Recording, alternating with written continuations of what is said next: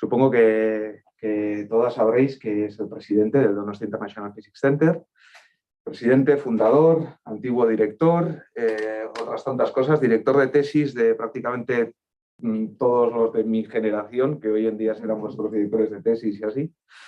Y bueno, he pensado dividir la presentación en dos partes. Hoy os voy a explicar por qué estamos ofreciendo esta charla y mañana nos centraremos un poquito en quién es Pedro y sus logros académicos y extraacadémicos. Y bueno, rápidamente, ¿por qué? ¿Por qué esta charla de consejos a un joven científico? La explicación, desde mi punto de vista, es bastante sencilla. Cuando nosotros, yo ahora tengo 40 años, pues cuando hacía yo la tesis aquí, que eso fue hace como 15 años más o menos que empecé, en total creo que éramos 7 estudiantes de doctorado en el DIPC. Nanogune no existía, el CFM tampoco, el CFM no, bueno, existía, pero no existía el edificio. El CFM, los estudiantes del CFM estaban en el DIPC, yo era uno de ellos, por ejemplo. Y básicamente, como os he dicho antes, todos nos criamos académicamente bajo la supervisión de Pedro. Entonces, por un lado, aprendimos muchísimo de lo que tú me sueles decir, Pedro, de lo verdaderamente importante en la ciencia. Pero por otro lado, esta charla, yo cuando era estudiante de doctorado no la vi una ni dos veces, la vi un mínimo de 3 veces, ¿no? Y considero que tiene, pues bueno, información, por un lado, profundamente útil y por otro lado, considero que es importante que por lo menos los estudiantes, las estudiantes del DIPC la vean, porque considero que contiene también el espíritu de lo que es el DIPC o cómo se concibió el DIPC, ¿no? Muchas de las ideas de aquí luego te las he escuchado, Pedro, en otras charlas cuando hablas del DIPC y no de jóvenes científicos, científicas, etcétera, ¿no? Así que bueno, espero que os guste, espero que os sirva, de verdad. Y si la queréis ver en el futuro, como os he dicho, yo la he visto muchas veces, no solamente porque no me ha quedado otra, sino porque he querido verla. Cuando estaba de postdoc la volví a ver, cuando tal. Para mí es una charla muy importante y espero que lo sea también para vosotros. Y corto aquí, Pedro, adelante. Bueno, pues nada, muchas gracias, Aichol Escrecasco. Aichol me convenció para dar esta charla.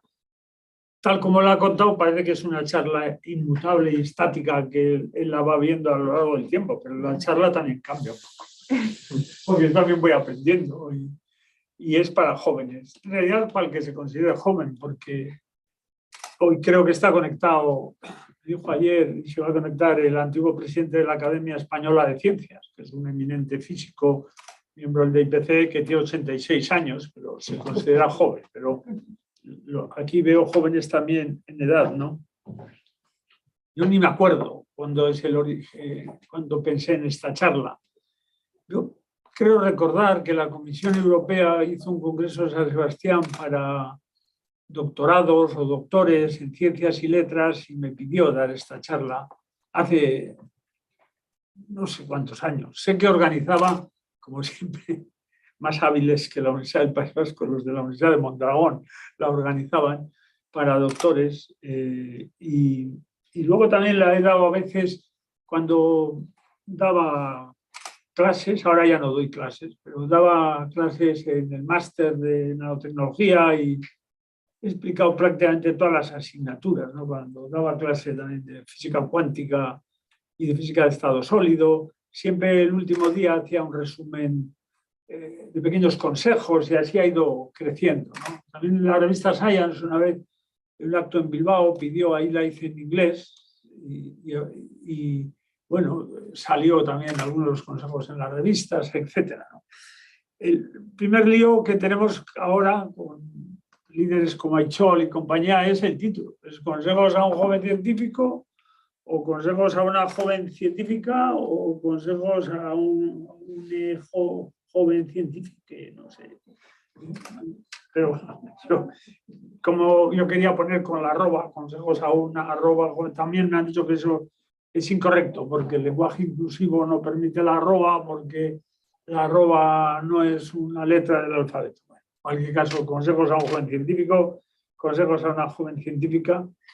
Siempre me da un poco miedo empezar a dar consejos, Una vez le oí a Sidney Brenner, que es uno de los grandes, ha muerto ya, de la biología molecular, premio Nobel, compartió durante décadas el despacho con Francis Crick, que es uno de los descubridores de la estructura de doble hélice del ADN, que cuando un científico senior se atreve a dar consejos a los jóvenes es porque está llegando a la etapa de la máxima senilidad. Pero acto seguido Sidney Brenner empezó a dar consejos él mismo, con lo cual yo pensé, consejos doy, para mí no tengo, y yo he seguido dando la charla, ¿no? Este título está copiado de un clásico, Tónicos de la voluntad, reglas y consejos de la investigación científica, del gran neurólogo español aragonés Ramón y Cajal, ¿no? Y también es el título de un ensayo de un gran inmunólogo que es Peter Medawar. Este es un escritor que escribe bien y preciso, fue presidente de la Royal Society, tiene algunos ensayos hermosísimos, entre ellos estos, Consejos a un joven científico. La ciencia del tiempo de Cajal tiene muchas cosas en común. Cajal fue premio Nobel a principios del siglo, 1906, 1907, y tiene muchas cosas en común con la de hoy, pero no todo. Sus libros, en cualquier caso, deben ser leídos con atención por cualquier estudiante serio, ¿no? Las cualidades que Cajal destaca son válidas hoy en día: independencia de criterio, curiosidad intelectual, perseverancia en el trabajo, patriotismo. Patriotismo choca más, porque imaginaros que un vasco pusiese esto como consejos a un joven científico. Inmediatamente le acusarían de localismo, de mirarse al ombligo y dónde va, si la ciencia es universal, etc. Pero no está mal el consejo de Cajal, porque por patriotismo Cajal entiende querer lo mejor para su país. Y hoy la pandemia lo ha puesto en evidencia. La ciencia es parte esencial de la salud de un país. La salud de las naciones cada vez depende más de la salud de las nociones. Entonces, querer lo mejor para tu país, que no significa querer nada malo para otros, es un buen consejo para un científico. Y amor a la gloria, ¿no? Llega a escribir, ¿no?, que cada palabra que no veas escrita en español sea como un aguijón para ti, que la gloria, que sé como Temístocles, al que no le dejaba dormir la gloria de Alcibiades o algo parecido. Estos consejos son buenos, pero la ciencia de hoy no es lo que era en tiempos de Cajal o de Medawar, ¿no? A veces, leyendo los textos de Cajal, le puede parecer a uno arcaico. Hoy la ciencia es parte de la política científica, es parte de la política económica, es parte de la política sanitaria, es parte de la política industrial de los países, y por eso progresar en ciencia requiere además otras cualidades que estas que cita Cajal, y que sirven tanto como para los que hacen los doctorados o los postdocs cara a dedicarse a la investigación científica, como para los que usan esta formación para destacar o para buscarse la vida en otros campos, porque no hay que pensar que un doctorado, lo veremos al final de la charla, tiene que dedicarse necesariamente a investigación. Incluso yo tengo 71 años, en el año 73 llegaba a Cambridge, al Cavendish Laboratory de la Universidad de Cambridge, un sitio pequeño, pero en el que se descubrió el electrón, el neutrón, la estructura doble hélice del ADN, un sitio maravilloso, y por lo que llevo ya muchos años en esta tarea. Pero incluso para mí, a lo largo de mi vida, yo he asistido a un cambio grande en la evolución de la carrera científica, ¿no? Hoy el número de artículos que se exige a un joven investigador como prueba de su madurez científica está creciendo constantemente. El número de congresos, de reuniones, de informes, de viajes, de direcciones, de publicaciones sigue aumentando. Es más, hoy, a diferencia de mi tiempo, la publicación se ve más como un medio de promoción, de estabilización, que como la comunicación de resultados de una investigación auténticamente curiosa, genuina, ¿no? Hoy la ciencia a veces se ve más como una competición personal, algo parecido al deporte de élite, en que muchas veces gana no el que ha entendido lo que le dice la naturaleza, por pequeño que sea, que le habla a veces no a gritos, sino a susurros, y hay que saber escuchar, sino el que ha tenido más proyectos, más artículos publicados en el campo de la física Review Letters, ahora Science y Nature. En mi época yo publicaba en el Journal of Physics C, inglés, porque era lo que había que hacer, Science, Nature. Ahora hay muchos estudiantes que dicen, es que tengo un Nature o tengo 2 Science. No dice, he hecho algo y lo he publicado en Science. ¿No? Nosotros jamás decíamos eso. Está cambiando y creo que esto no es una buena tendencia, en mi opinión, pero tampoco quiero pensar, como luego veremos, que cualquier tiempo pasado fue mejor, ¿no? En la ciencia se debería competir con la naturaleza para intentar entenderlo y que todos puedan ganar colaborando, no como un partido de tenis, en que gana uno contra otro, ¿no? Y el mensaje de esta charla es que las habilidades para la supervivencia como científicos, tanto en industria como en la academia, pueden ser diferentes dependiendo del momento y del campo del conocimiento, pero pueden ser aprendidas, pueden ser enseñadas. No todos mis colegas comparten esta opinión. Hay muchos que piensan que la única forma de aprender es sufriendo, cometiendo los mismos errores que hemos cometido nosotros. Yo no, yo pienso que se puede aprender de nuestros errores para no cometerlos todos, ¿no?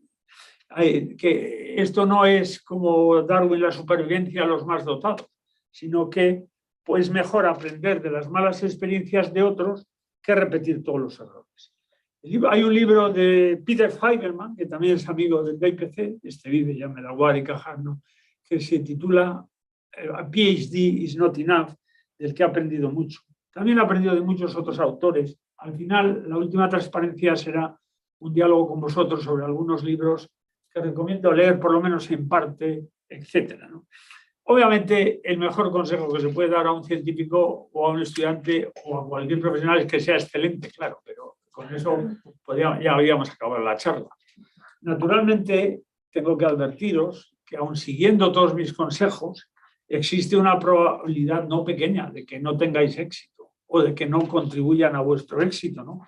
Porque en ciencia, como en todo, hace falta una cierta suerte. Y eso se tiene o no se tiene, pero es cierto que hay que buscarla. Y los consejos son para buscarla, ¿no?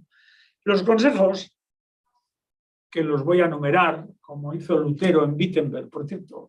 ¿Cuántos saben esta cita a qué se refiere? Que levanten la mano como curiosidad. ¿Cuántos saben lo que quiero decir, como hizo Lutero en Wittenberg? Es otra generación. Todos los de mi generación saben que Lutero, cuando se enfrenta al papado y crea el protestantismo, la línea protestante, pone sus tesis clavadas en la iglesia de Wittenberg, 95. Y yo desde entonces siempre tengo una tendencia a numerar mis posiciones para facilitar la excomunión. Pero esto para vosotros ya os suena raro. Está bien. Entonces, los consejos, esos 19 consejos o 20 que voy a dar más prácticos, vendrán al final. Hoy llegaré a algunos, pero antes quiero hacer una reflexión sobre ciencia. Pero no una reflexión filosófica o epistemológica, sino una reflexión sobre ciencia como usuario. Y os puede venir muy bien, porque ahora estáis asistiendo, por ejemplo, a debates con los negacionistas. La pandemia ha puesto a la ciencia en el escaparate, ha creado un problema con la información científica, con las falsas verdades, y es bueno que quizás sepáis y reflexionéis un poco sobre ciencia, pero a nivel de usuario, ¿no? Y esto es, en primer lugar, es que la ciencia busca la verdad. Y eso significa creer que existe la verdad científica, que no todo es una construcción intelectual o una construcción social. Es verdad que hay discusiones filosóficas muy sutiles y muy finas sobre esto y no hay que despreciarlas. Pero desde el punto de vista práctico, pensar que la ciencia solamente es una construcción social es algo para mí difícil de entender, ¿no? Basta ver Hiroshima, para mal en este caso. Entonces, la ciencia consiste en la búsqueda de una verdad, la verdad científica, lo que conlleva, insisto, en creer que esta verdad existe y que es igual para todos, universal, independiente de la raza, independiente de la ideología, independientemente de las creencias, independientemente de la nacionalidad. No hay ciencia vasca o española, hay ciencia hecha por los vascos, hay ciencia hecha por los españoles, pero la ciencia es válida para todos, ¿no? Y también implica creer que trabajando, esforzándonos, intentando, viendo nuestros fracasos, mejorando, volviéndola a intentar, podremos encontrar esa verdad. Y creer además que esa verdad es sólida y firme frente a los errores, que suelen ser muy variados y múltiples. La ciencia es políticamente incorrecta, en el sentido que no busca la verdad mediante el consenso o las cesiones mutuas. Pero a la vez es elitista, obviamente, pero es democrática, porque una buena teoría, una buena idea, puede romper cualquier argumento de autoridad. De hecho, el argumento de la autoridad, no es válido en ciencia. El lema de la sociedad científica más prestigiosa del mundo, quizás, ahora ya no lo sé, hay tantas, pero en el pasado ciertamente la Royal Society, is nullius in verba. No, barajaron muchos lemas, otro era quantum esquimus o cuánto desconocemos, eligieron nullius in verba, creo que viene de Horacio, no me acuerdo bien, pero antes tenía muy buena memoria, ahora tengo decente, pero no como la de antes. Nullius addictus jurare in verba magister. No confiar en la verdad, ¿no? Una idea puede caer simplemente aunque esté apoyada por todos los sabios del momento. Y la ciencia no proporciona verdades absolutas. De hecho, la mayoría seréis físicos. Si realmente pensáis en soluciones exactas, no hay soluciones exactas a los problemas reales. Hay soluciones exactas a modelos aproximados. Y no está mal buscar un modelo aproximado que sea lo suficientemente simple para tener solución y lo suficientemente complejo para captar aspectos esenciales de la realidad es muy importante en ciencia. Pero no hay soluciones exactas. Si se me permite una digresión teórica, el problema de dos cuerpos, el problema de tres cuerpos no tiene solución exacta en la física newtoniana. Tres cuerpos. Dos cuerpos no tienen solución exacta en mecánica cuántica si se permite que el núcleo también tenga sus grados de libertad. Un cuerpo no tiene solución exacta en la electrodinámica cuántica y cero cuerpos no tiene solución exacta en teoría cuántica de campos. O sea que el que busque soluciones exactas no debe estar en la física. Y soluciones absolutas tampoco. Una gran científica que es Jocelyn Bell, muy amiga del DIPC, una persona extraordinaria, tanto como científica como ser humano, que ha dado varias conferencias en Passion for Knowledge, ha escrito esto, ¿no? Los científicos nunca deberían proclamar que algo es absolutamente cierto, ¿no? Porque siempre hay posibilidad de mejora, de cambios, de puntos de vista.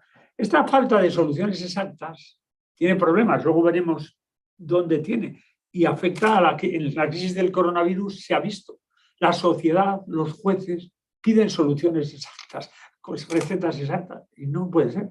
Corregir algo que escandaliza a políticos y a veces a periodistas y a la sociedad no es un fracaso, es un triunfo de la ciencia. Y eso es algo que vosotros como científicos llegará al final de los consejos, cuando os aconseje participar en el debate social, etcétera, es importante que se sepa, ¿no? Si yo tuviese que resumir todo lo que hemos aprendido en ciencia, sería interesante hacer una encuesta de lo que pensáis vosotros, ¿no? Si tuvieseis que resumir la ciencia en dos conceptos, ¿qué elegiríais? Cada uno elegiría cosas diferentes y seguramente todas tendrían su punto de vista, su verdad, serían complementarias, es la frase de Niels Bohr, contraria sum complementa, pero yo elegiría dos cosas. Por un lado, el mundo de las constituyentes últimos de la materia es pequeño, es decir, los constituyentes últimos de la materia son pocos y obedecen a leyes de gran simetría. Para vosotros, electrones, neutrinos y quarks, o si queréis átomos. Y obedecen a 4 leyes, que son la ley de la gravitación, el electromagnetismo, la fuerte, la débil, prácticamente acopladas, todavía la gravitación no a las otras.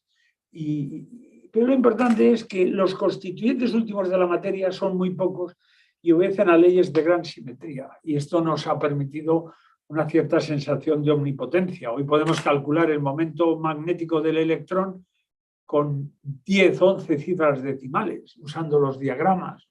O podemos escuchar el ruido que produce la explosión o la la unión de dos agujeros negros hace 1000 millones de años. Es impresionante, ¿no? Pero a la vez nos sentimos indefensos muchas veces ante mutaciones de virus. ¿Por qué?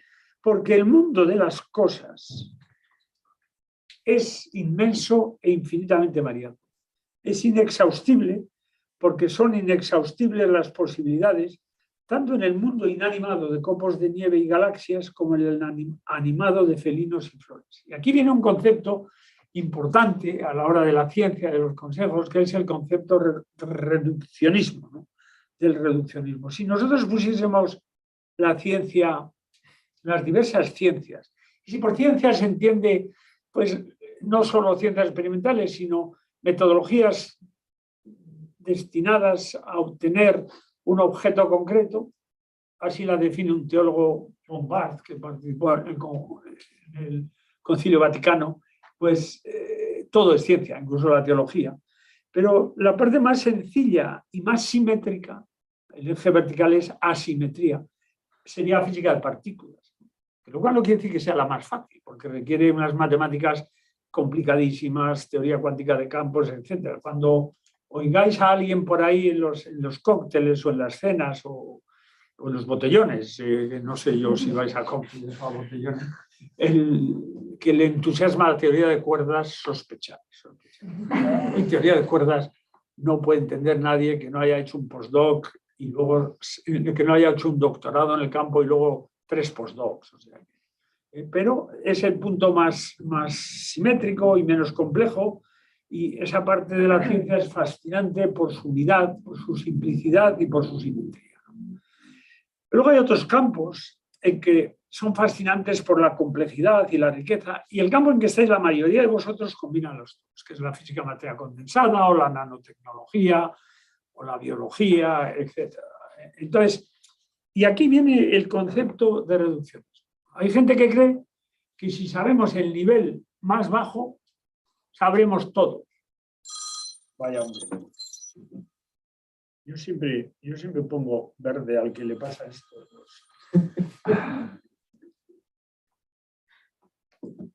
Creí que lo había desactivado, pero mi competencia tecnológica es bastante limitada. Yo siempre digo en broma que ciencia es lo que un padre enseña a la hija y tecnología lo que la hija le enseña al padre. Pero este reduccionismo, el pensar que todo se deduce del nivel anterior, es un error profundo. Todo se reduce al nivel anterior, eso es verdad. La gran mayoría de los científicos, si no, no lo seríamos, aceptamos la hipótesis reduccionista. Consiste en suponer que el funcionamiento de toda la materia, animada e inanimada, está gobernado por un concepto de leyes fundamentales que, excepto en condiciones muy dramáticas, pues conocemos bien. El propio Einstein siempre defendió una visión extrema, unificadora del reduccionista, ¿no? Al decir que el test supremo de un físico es llegar a estas leyes universales elementales, de las cuales el cosmos pueda ser construido por pura reducción. Pues no, ese es uno de los test, pero no es el test. Hay otro físico que ha muerto el año pasado, Phil Anderson, uno de mis ídolos de la materia condensada, que dice que la hipótesis reduccionista, en un artículo bellísimo, More is different, más es diferente, que la hipótesis reduccionista, es decir, que todo consiste y es consistente con las leyes fundamentales, no implica una hipótesis reduccionista, construccionista, no implica la posibilidad de empezar de esas leyes y deducir el universo como corolario. Más es diferente. El todo es más que la suma de las partes. El comportamiento de grandes agregados de partículas elementales no puede ser entendido como una mera extrapolación de las propiedades de las partículas. Esto es obvio con la conciencia. La conciencia o la consciencia es algo más que reacciones químicas en el cerebro, cuya elucidación nos puede dar mucho conocimiento, mucho placer, incluso premios Nobel. Pero nadie piensa que se puede reducir una propiedad holística como la consciencia al comportamiento de descargas eléctricas. No hace falta ni siquiera ir a estos extremos. La superconductividad es una propiedad emergente que no puede ser entendida simplemente metiendo 10 elevado a 23 iones y electrones en el computador, por muy grande que sea el computador. Y la razón técnica es la infinitud del espacio de Hilbert, para los que sean físicos. Pero eso es importante. El entender la complejidad del mundo actual y de los niveles requiere conceptos diferentes en cada nivel. La química es mucho más que física aplicada. La biología es mucho más que química aplicada. La psicología es mucho más que biología aplicada. La sociología es más que psicología aplicada. Y así seguimos. Y ya en extrema complejidad es la política europea que nos tiene a todos locos. En definitiva, lo que quería decir con esto es importante, que la emergencia de esas propiedades nuevas exige e implica que hay mucha más distancia cognitiva entre la ética y el ADN que entre el ADN y el quark o el electrón, ¿no? Pero no penséis que el emergentismo y el reduccionismo son opuestos, son complementarios. Muchas veces cosas que creíamos que no eran reduccionables lo son al avanzar los computadores o al avanzar los conceptos. O sea que yo creo que debéis ver esto, que las visiones reduccionistas y emergentistas no se completan y no son enemigas. Necesitamos reduccionismo con emergencia y emergencia con reduccionismo. Y esto evitaría la eterna política que siempre tenemos entre los físicos de materia condensada, entre los que estoy yo obviamente, y los físicos de partículas elementales. Normalmente es la batalla por el presupuesto, ¿no? Pero emergentismo con reduccionismo y reduccionismo con emergencia. Otro aspecto fundamental de la ciencia, esa es la parte más difícil de la charla, pero para vosotros pan comido, porque esta charla a veces cuando doy a empresarios, tal, esto del reduccionismo, tal, se arman más líos. Espero que no me estén escuchando por la web. La ciencia es creatividad. Por supuesto que la ciencia tiene método científico. Hay un método, unas reglas de funcionamiento básico que se aprenden, que las estáis aprendiendo vosotros o incluso ya en gran parte las conocéis. Pero la ciencia, por encima de todo, es creatividad y, por lo tanto, no puede ser aprendida como método o como receta simplemente. Yo creo que la única forma de aprender a hacer ciencia bien es hacerla junto a los que la hacen. Lo mismo que los políticos o que la empresa. Uno no aprende a hacer política leyendo estos materiales de autoayuda que se venden en los aeropuertos. Conviértase un político en 3 días o hágase usted... No. La única forma de aprender a hacer ciencia es hacerlo junto a los que la hacen bien. Y por eso es importante en lo que se pueda ir a buenos sitios. Los linajes, las escuelas. Por ejemplo, un gran amigo del IPC es Cohen-Tanucci. Muchos conoceréis su libro de física cuántica. Cohen-Tanucci fue alumno de Castro y es profesor de Harosh. Los 3 son premios Nobel. Los linajes, las escuelas, etc. Ahora, ¿en qué consiste la creatividad? Obviamente es muy difícil de definir, pero creatividad en gran parte es la capacidad de pensar de una forma vaga, no estructurada, no elucidada sobre un tema.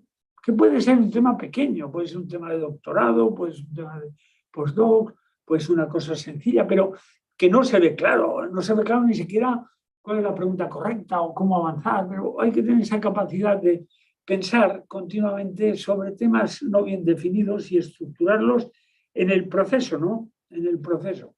Y eso también, mantenerlo durante un considerable periodo de tiempo. Consejo de Newton. ¿Cómo puede usted haber elucidado la gravitación? Respuesta. Pensando continuamente. Hay que mantener el problema en la cabeza. Y luego hace falta un conocimiento importante, pero no obsesivo, ni dedicarse todo el tiempo a aprender lo que otros han hecho, y ahí está el equilibrio, de los temas colaterales. Yo, si tuviese que sintetizar, y aquí empezamos ya con parte de los consejos, aunque no entramos todavía en las tesis numeradas, el proceso creativo elegiría lo del gran matemático inglés Littlewood. Littlewood es el que, junto con Hardy, hacen de anfitriones en Cambridge de este prodigio indio Ramanujan, que habréis oído. ¿Cuántos habéis oído hablar de Ramanujan? Bien, esto va bien. Entonces, Ramanujan es un genio indio que va a Cambridge. Littlewood es uno de sus anfitriones junto con Hardy. Tiene un libro delicioso, misceláneos, que cuenta anécdotas.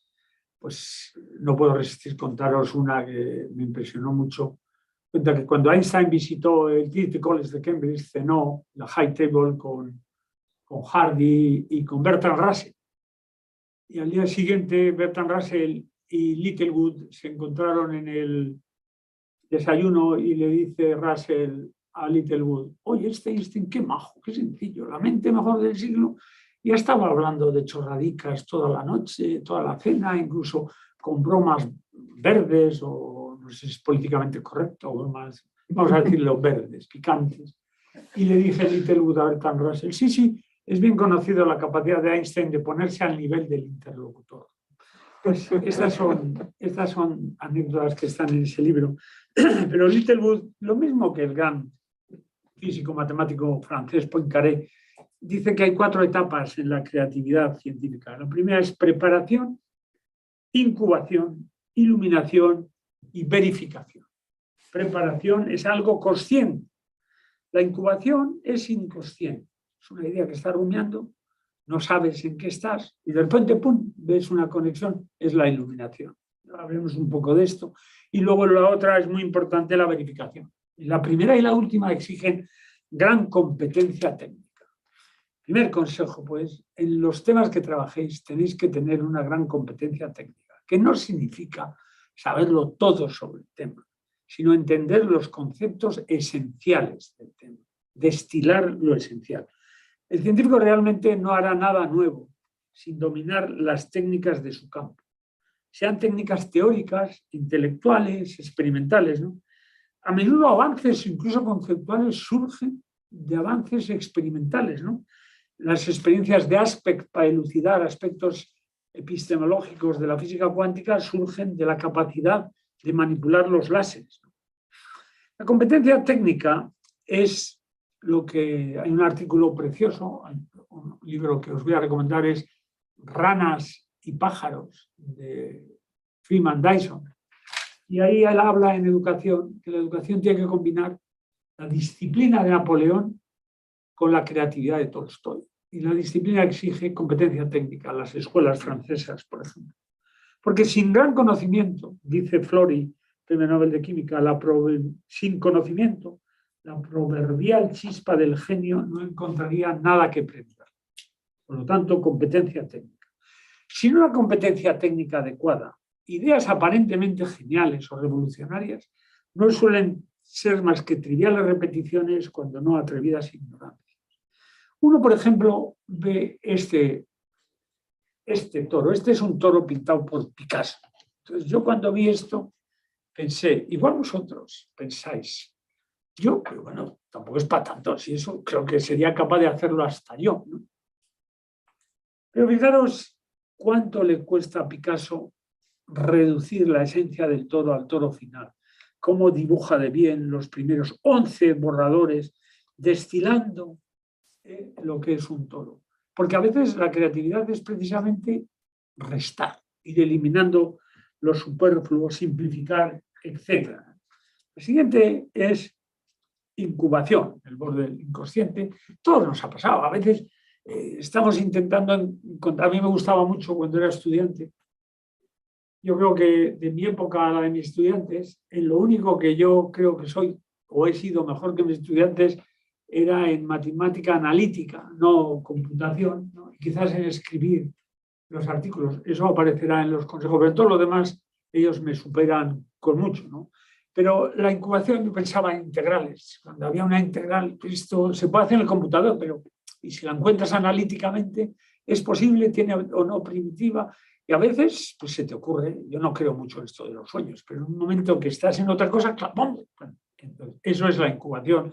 La iluminación, que es la emergencia de la idea creativa en el consciente. Esto es lo más importante, es el momento del descubrimiento. Y de una película de la BBC, os voy a enseñar, este es Watson, aprovecho mientras lo veis. No podemos poner el sonido, porque a pesar de toda la tecnología, resuena o no sé qué. Me imagino que en el futuro un centro como el de IPC tiene que ser capaz de solucionar estos problemas. Pero estos 4 son.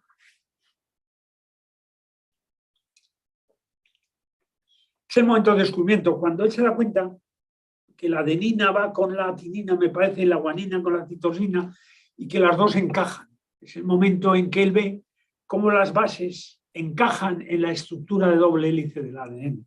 Esto surge incidentalmente, la estructura de doble hélice, luego lo veremos, de un descubrimiento de una mujer que fue injustamente tratado por serlo. Veo aquí bastantes mujeres, lo cual me alegra, porque yo soy hijo de maestra, casado con una médica y con 2 hijas. Entonces, obviamente, en el proceso de reeducación que he sido sometido por Aichol y las de comunicación de aquí, doy mucha importancia a que aquí las mujeres tengan el sitio que les corresponde. Todavía no del todo, pero ha avanzado muchísimo de mi tiempo ahora. Es el momento en que él ve cómo las bases encajan y, por lo tanto, cómo ve, sale con Francis Crick, uno de los genios en todos los campos del siglo XX, a tomarse una cerveza en el pub Eagle de Cambridge. ¿Habéis estado alguno de vosotros en Cambridge? Es un pub precioso. Si vais a Cambridge, ir a tomaros una cerveza de Eagle y pensar que allí en 1953 se elucidó la estructura de doble hélice del ADN. Es decir, que en la estructura de doble hélice del ADN, y más en concreto en la forma que las bases se articulan, las letras de la vida se articulan a lo largo del eje vertebral de la molécula, va encerrada la forma que una generación transmite las características a la siguiente. Va encerrado el secreto de la vida, ¿no? Entonces, también Einstein se refiere a esto cuando él ve pocos descubrimientos pueden ser como la estructura doble hélice del ADN y desde luego ninguno como el descubrimiento de Einstein de la relatividad general, ¿no? Como la materia le dice al espacio cómo curvarse y el espacio le dice a la materia cómo moverse. Esa idea de Einstein tuvo días sin comer, etcétera, de la euforia que le produjo, ¿no? Por lo tanto, resumen, conocimiento, obsesión, atrevimiento. El proceso creativo no es lineal, es una mezcla opaca, no va de la A a la Z en línea directa, y el proceso creativo requiere también, en mi opinión, es algo que va en contra de las modernas o de algunas teorías modernas pedagógicas, cuidar la memoria. La memoria es denostada. Por cuidar la memoria, yo no me refiero a aprenderse la lista de los reyes godos de memoria, no, pero si uno tiene los conceptos básicos, esenciales de su campo en la cabeza, podrá relacionarlos. Si no los tiene, no podrá relacionarlos. La creatividad muchas veces es establecer conexiones donde antes nadie las veía. Y eso exige cuidar la memoria. Y la investigación y la creatividad no es que sea complementaria a la docencia. Es que la docencia y la investigación, las dos son creativas y las dos son indistinguibles. Cuando un profesor está hablando con un estudiante sobre su tesis doctoral, ¿qué está haciendo? ¿Docencia o investigación? Está haciendo las dos cosas. Él aprende del estudiante, el estudiante aprende de él, es una interacción. Hoffman, en este salón que antes estaba así, dijo algo que me impactó. Hoffman es un premio Nobel de Química, una de las personas más creativas, también es un gran escritor, superviviente del Holocausto, una persona maravillosa. Las reglas de Hoffman, los que estén en química, las conocerán sobre la articulación de las moléculas y la simetría de las moléculas en las superficies. Este dijo, yo creo, aquí lo dijo, que la enseñanza me ha hecho ser mejor investigador. Y, por supuesto, la investigación es imprescindible para ser un buen docente, porque ¿cómo va a transmitir uno al estudiante o a la estudiante lo único que le puede transmitir, que es el afecto por la materia, el amor por la materia, si él no lo vive con pasión? Docencia e investigación son imprescindibles. Y por último, antes de entrar en los consejos directos, como vamos de tiempo, ha hecho el bien. Yo también. Es que no existe a la creatividad, una idea antes de pasar al otro punto, perdón. La creatividad no solo es ideas, voluntad, convicciones, decisiones y acciones. Ya lo decía Ramón y Cajal, toda obra grande en arte como en ciencia es fruto o el resultado de una gran pasión puesta al servicio de una gran idea. Y eso se aplica a una buena tesis doctoral. No hace falta ser la teoría de la relatividad general, porque todo el que hace investigación, vosotros lo veréis cuando encontréis, ya lo habréis visto, una conexión, etcétera, es una sensación de alegría, porque es algo que vosotros habéis visto por primera vez, por pequeña que sea. Nadie más lo ha visto hasta que otro lo ve o se lo contáis. Y eso pues, es el resultado de una pequeña integral, una pequeña ecuación, obviamente la estructura de doble hélice del ADN o la relatividad general ya son momentos estelares de la historia, como diría Stefan Zweig, ¿no? Pero toda la gran arte es una gran pasión puesta al servicio de una gran idea. El siguiente punto es que no existe el científico o la científica. Hay científicos y científicas, todos diferentes. Si leen esto es Crick, el de la derecha, en el Cavendish Laboratory, ¿se ve esto? ¿Esto funciona? Ah, sí. Y este es Watson. Que Watson tendría probablemente 25 años. Entonces, este es el modelo que construyeron. Lo podéis ver en el Cavendish Laboratory. Si vais a Cambridge, no dejéis de ir a ver esto. Entonces, en esta historia, sí, hay un libro que es muy bonito y que refleja las mezquindades, las pasiones de la investigación científica y también las glorias, ¿no? Que es de Watson, la doble hélice. Y ahí se ve cuántos tipos de caracteres y de gente diferente fueron necesarios para contribuir al descubrimiento. Watson y Crick, por supuesto, pero Lawrence Bragg, el director del Cavendish en aquella época, el de la ley de Bragg de difracción, que luego veremos, es la que permite, junto con la figura de difracción de Rosalind Franklin, elucidar la estructura de doble hélice, o la propia Rosalind Franklin, Linus Pauling, el gran químico, premio, una de las pocas personas que es premio Nobel 2 veces de química y de la paz, ¿no?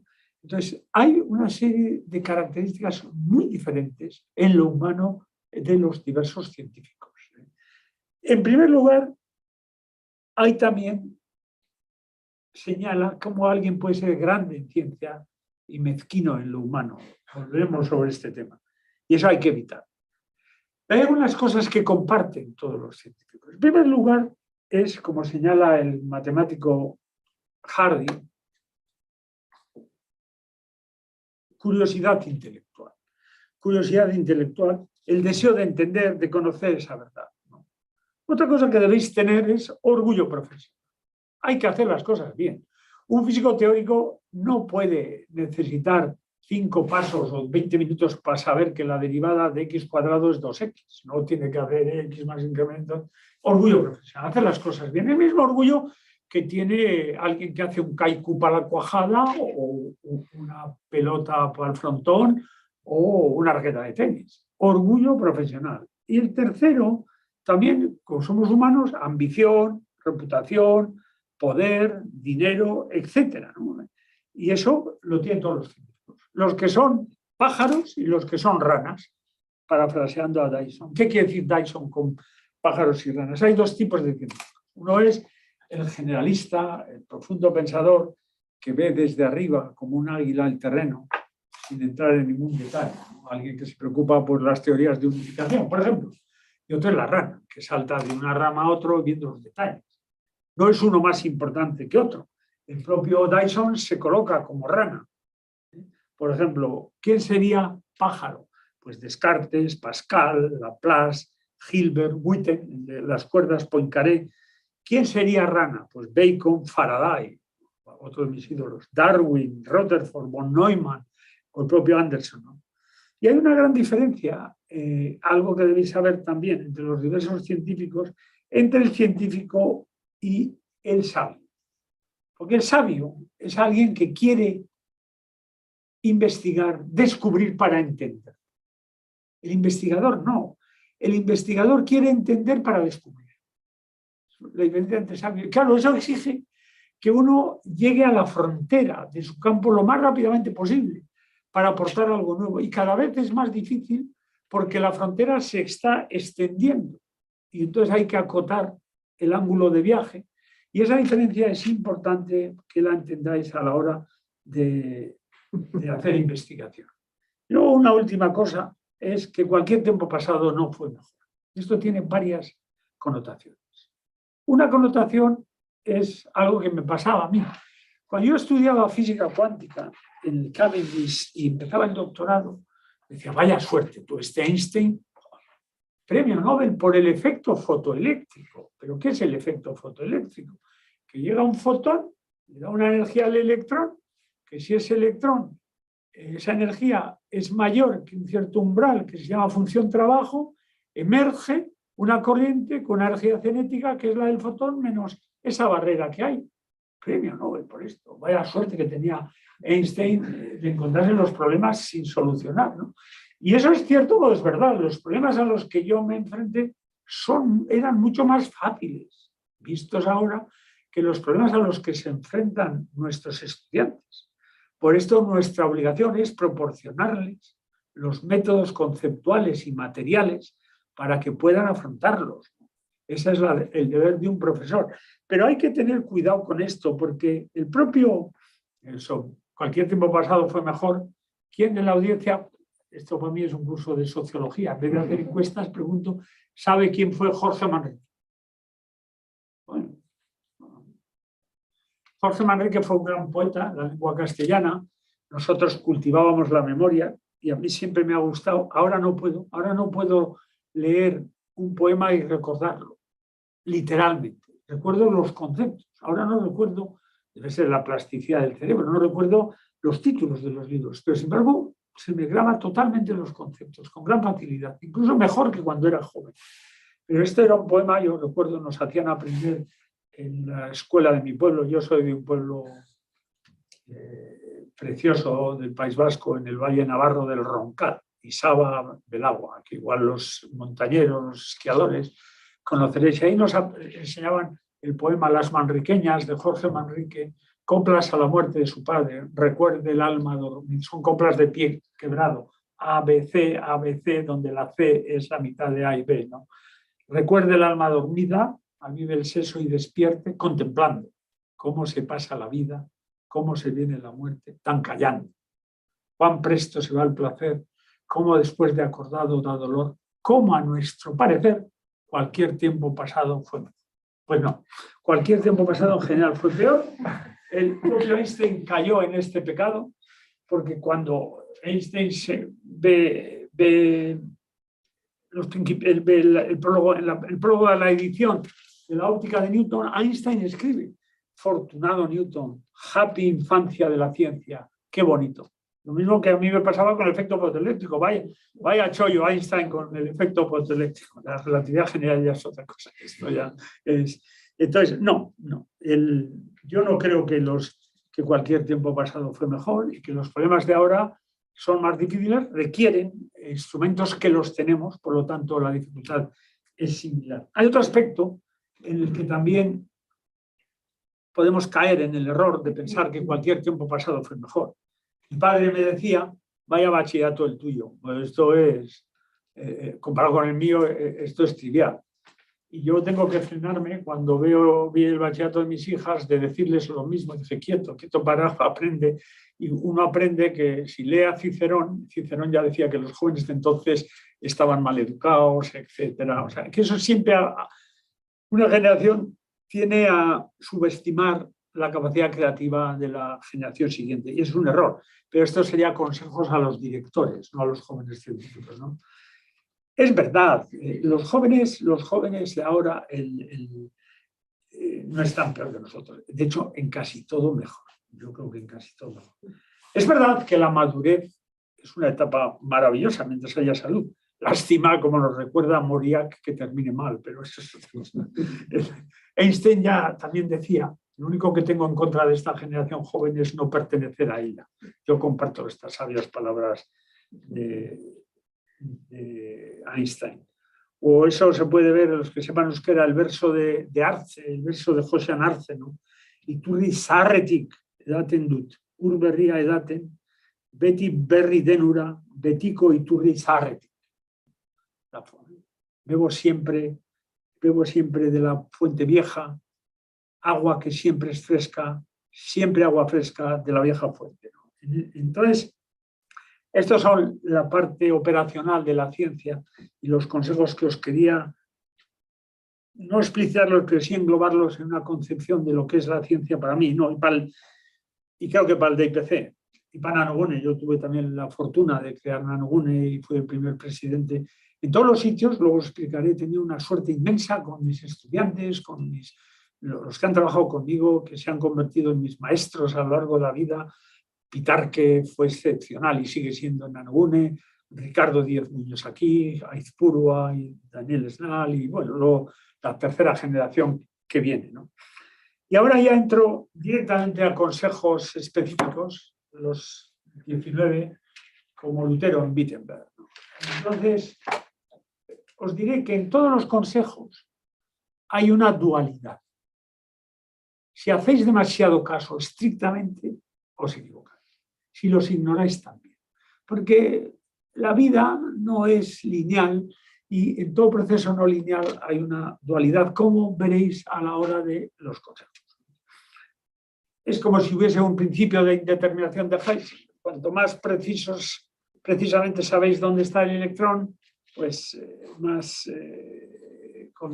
ignoráis hacia dónde irá. Cuanto más sepáis hacia dónde va, menos sabéis dónde está. Por lo tanto, en los dos casos es difícil saber dónde estará y de ahí está una indeterminación intrínseca de la física cuántica. Primer consejo, pues, elegir un buen sitio, un buen director y un buen tema. Elegir un buen sitio. Tenéis que, aquí, los que estáis aquí, obviamente habéis elegido bien, o sea que este sería innecesario. Esto se aplica a los que vengan de Nanogune o si alguno viene de Polymath. Hay biólogos aquí también, gente de biología. No, los biólogos deben pensar que no les iría bien un consejo de un físico. Un físico, sin embargo, se pensaría que puede aprender de los biólogos. Volviendo al tema, elegir un buen sitio. Uno debe ir a un sitio donde se hace un gran trabajo, donde hay pasión por la investigación. No debe ir a un sitio simplemente porque le dan una beca un poco mejor. Y para tesis doctoral, sobre todo, elegir un buen director. Pero ¿cómo se elige un buen director? Es difícil. Y yo creo que la mejor forma de elegir un buen director es hablar con los estudiantes del centro. Pues claro, imaginaros que hay un Pope, que él tiene un gran grupo de investigación, y él tiene un tema en que estudia las propiedades concretas y el estudiante A estudia el material A1, el estudiante B estudia el material B1, el C1. Ninguno de ellos sabe lo que estudia el otro, solo el director. Ese es un mal sitio para ello. O sea, hay que hablar con los estudiantes. Y un concepto que igual algunos de mis colegas no están de acuerdo, pero que yo lo veo muy claro. Los estudiantes de doctorado ni los postdoc no sois esclavos de los directores de investigación. Los estudiantes tienen que ser libres, tienen su vida propia, su proyecto personal. No son gente ad mayor en gloria del proyecto del director, por bueno que sea. Y nunca deben ser considerados, ni ellos mismos considerarse como asistentes de investigación. Eso es otra cosa. Tienen un proyecto personal. Luego no penséis... Tampoco quiero la dualidad, a ver si no me considera como buen proyecto, tampoco quiero yo crear aquí una crisis con nadie, ¿eh? Pero cuidar a los jóvenes y a su desarrollo científico, humano y personal es la marca de las instituciones de excelencia y de los grandes investigadores. Yo lo he aprendido así y en la medida que puedo he intentado hacerlo así. De hecho, creo que me llevo bien con todos los estudiantes míos, con casi todos muy bien y con algunos simplemente bien. Pero claro, no sé, el test supremo será cuando ya no tenga ninguna influencia ni capacidad de decisión.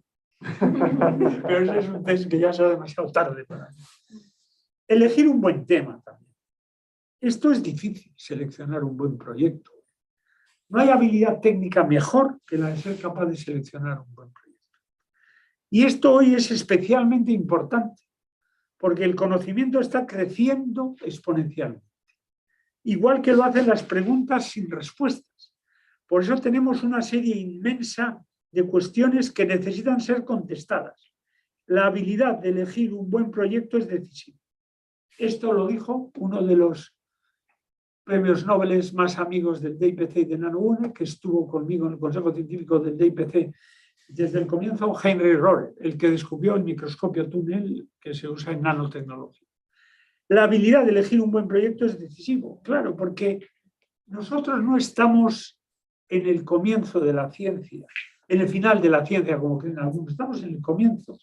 Y hoy, en ciencia, hay una especie de ley equivalente a la ley de conservación de la energía, la ley de conservación de la ignorancia. Nosotros, al avanzar en el conocimiento, al avanzar es como si fuese una esfera de luz. Cuando la luz es pequeña, lo desconocido también es pequeño, pero cuando aumenta la luz, aumenta el misterio. Es decir, que la mayor contribución del avance del conocimiento es aumentar la ignorancia.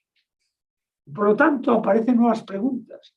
Nuestra ignorancia, que antes era inconsciente, desconocíamos que no sabíamos, se transforma en consciente. Somos conscientes de que ignoramos cosas y esto es muy importante a la hora de seleccionar un buen proyecto. En el mundo real es muy difícil saber qué proyecto es importante. Nunca se sabe si es importante en el momento adecuado para atacarlo, ¿no? Pero acordado, requiere muchas veces el mismo esfuerzo atacar un problema importante, relevante, que solucionar problemas dificilísimos pero irrelevantes. Por ejemplo, para mí el cubo de Rubik es dificilísimo. ¿Y qué? ¿No? Ahora bien, elegir un buen proyecto requiere habilidades distintas muchas veces que resolverlo, ¿no? Hay gente que es incapaz de elegir un buen proyecto y un estudiante en general lo es porque ignora muchas cosas, ¿no? Sin embargo, igual es capaz de resolverlo. Aquí el director es clave, se actúa con generosidad y con visión.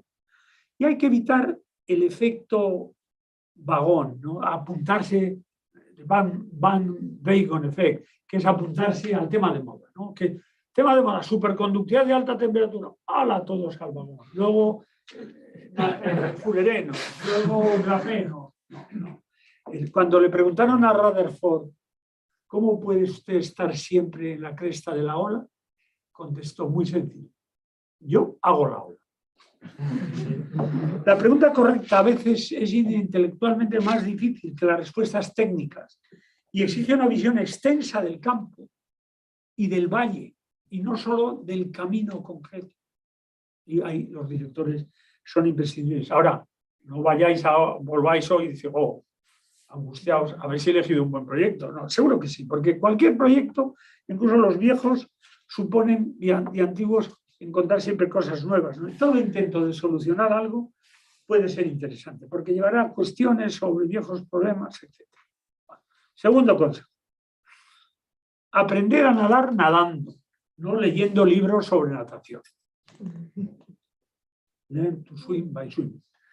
¿Qué quiero decir? Que el mejor camino para aprender a hacer investigación es haciendo investigación. Porque ciencia, Hermann Bondi, el creador de la teoría del universo estacionario, junto con Hoyle y Gold, falsa teoría, se impuso el Big Bang, pero hermosa teoría, me dijo una vez que ciencia es capaz de decir algo importante sin saberlo todo. Importante.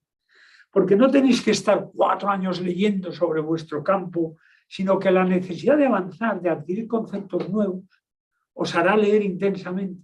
Dejaréis agujeros, es inevitable. Pero aprender a nadar nadando. Tendréis dificultades, tendréis debilidades, pero hay que leer y estudiar a la vez que progresáis en la investigación. Equiparos con el máximo conocimiento posible, eso también, pero teniendo claros los objetivos sobre el momento. A veces, el no saber demasiado ayuda, a veces, pero no os animéis, el ser ignorante no ayuda nunca, ¿eh? Pero puede permitir atacar